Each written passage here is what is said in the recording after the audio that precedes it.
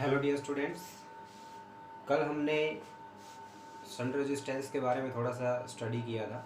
आज का जो टॉपिक है हमारा वो उससे नेक्स्ट है। मूविंग कॉइल गैल्वेनोमीटर को हम किस तरह से सन रेजिस्टेंस का यूज़ करके और हाई रेजिस्टेंस का यूज़ करके और किस तरह से उसको हम जो है एमीटर और वोल्ट मीटर में चेंज कर सकते हैं। ठीक है, तो दोनों टॉपिक जो है वो यहाँ पे हम इस वीडियो में कवर करेंगे।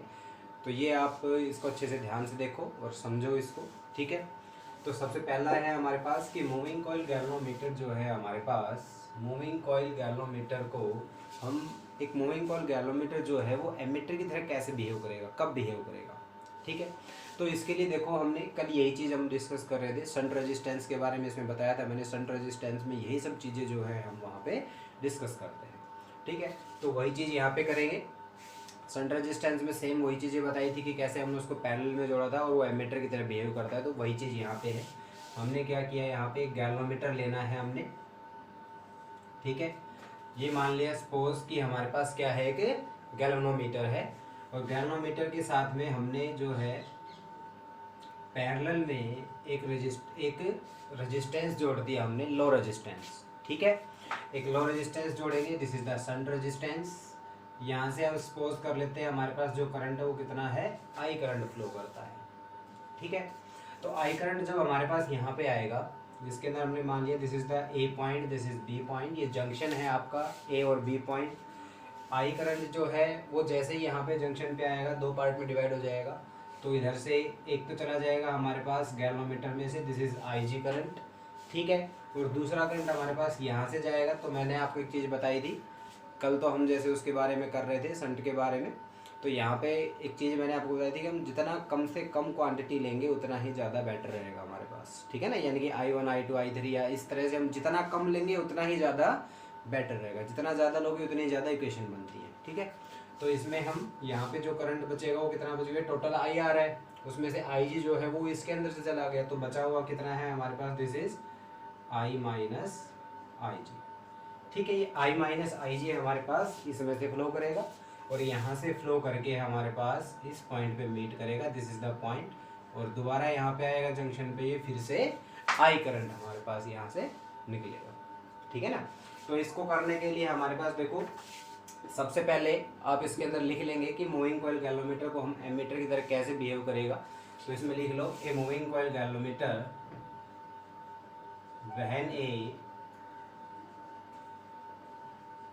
शंट रेजिस्टेंस, या फिर इसकी जगह पे आप क्या लिख सकते हो, लो रेजिस्टेंस। ठीक है ना, शंट रेजिस्टेंस या फिर low resistance is connected with the galvanometer in parallel।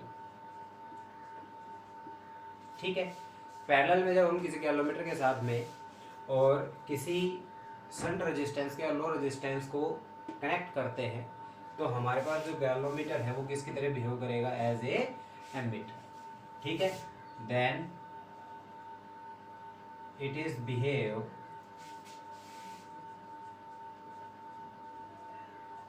As an ammeter. ठीक है, तो ये एक एमीटर की तरह हमारे पास क्या करेगा, बिहेव करेगा। ठीक है, तो इसको हमें सॉल्व करना है, इसको हमें इसका मैथमेटिकल करके दिखाना है। तो उसके लिए क्या करना है हमें, फॉर दिस पर्पस, अब इसके अंदर हम कितना जो है यहाँ पे इस रेजिस्टेंस को जोड़ना है, how much amount of resistance, यानी कि हमने जो ये रेजिस्टेंस यहाँ पे जोड़ा है इसका अमाउंट कितना है, कितना जोड़ेंगे, तो उसके लिए फॉर्मूला निकालना है। ठीक है ना, यहाँ पे जो मैथमेटिकल एक्सप्रेशन होगा वो किसके लिए है कि ये जो रेजिस्टेंस हमने शंट रेजिस्टेंस जो जोड़ा है वो कितना जोड़ा है। ठीक है ना, वो रेजिस्टेंस की वैल्यू कितनी है, तो इस रेजिस्टेंस की वैल्यू निकालने के लिए हम यहाँ पे एक्सप्रेशन करेंगे। ठीक है, to calculate value of this resistance, let, मान लिया हमने I be the current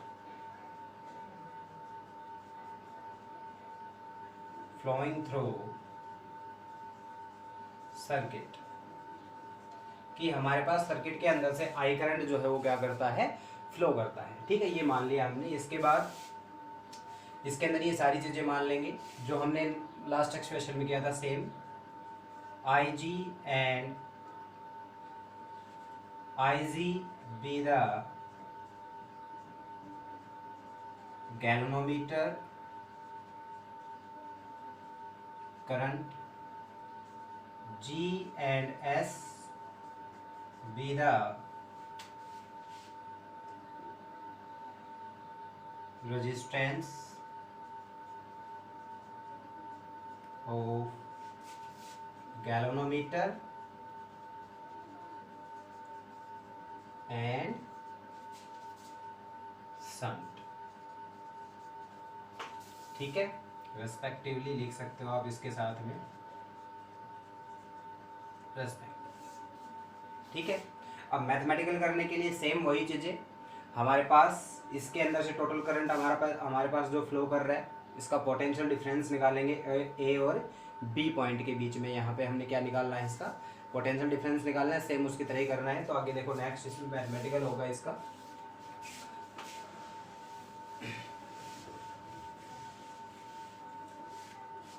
the potential difference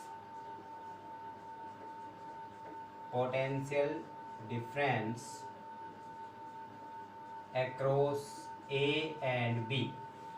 A and B जो है हमारे पास, इसके अक्रॉस जो पोटेंशियल डिफरेंस होगा फ्रॉम द ओम्स लॉ, हम क्या ले लेंगे यहाँ पे, this is V A minus V B is equal to, अब देखो वही सेम चीजें आ जाएंगी हमारे पास यहाँ पे। एक तो पोटेंशियल डिफरेंस हमारे पास ये वाला आ जाएगा, this is equal to I G G and also equal to I minus I G और एस।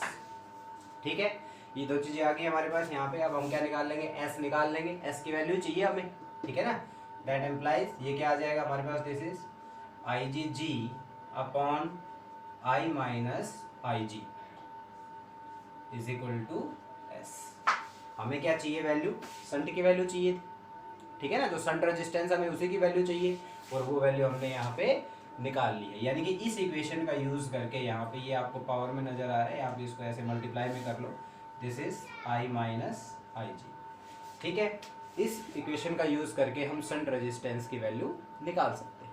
ठीक है, इसके बाद बात आती है हमारे पास कि भाई टोटल रेजिस्टेंस कितना है इस सर्किट का। टोटल रेजिस्टेंस की बात करेंगे तो टोटल रेजिस्टेंस कितना हो गया, टोटल रेजिस्टेंस ऑफ सर्किट का टोटल रेजिस्टेंस कितना होगा, देखो दोनों पैरेलल में है तो दोनों को जोड़ देंगे यहाँ पे, 1 upon R P in parallel is equal to 1 upon G plus 1 upon S. This is equal to, यहाँ पे क्या आ जाएगा हमारे पास, this is G plus S upon G S.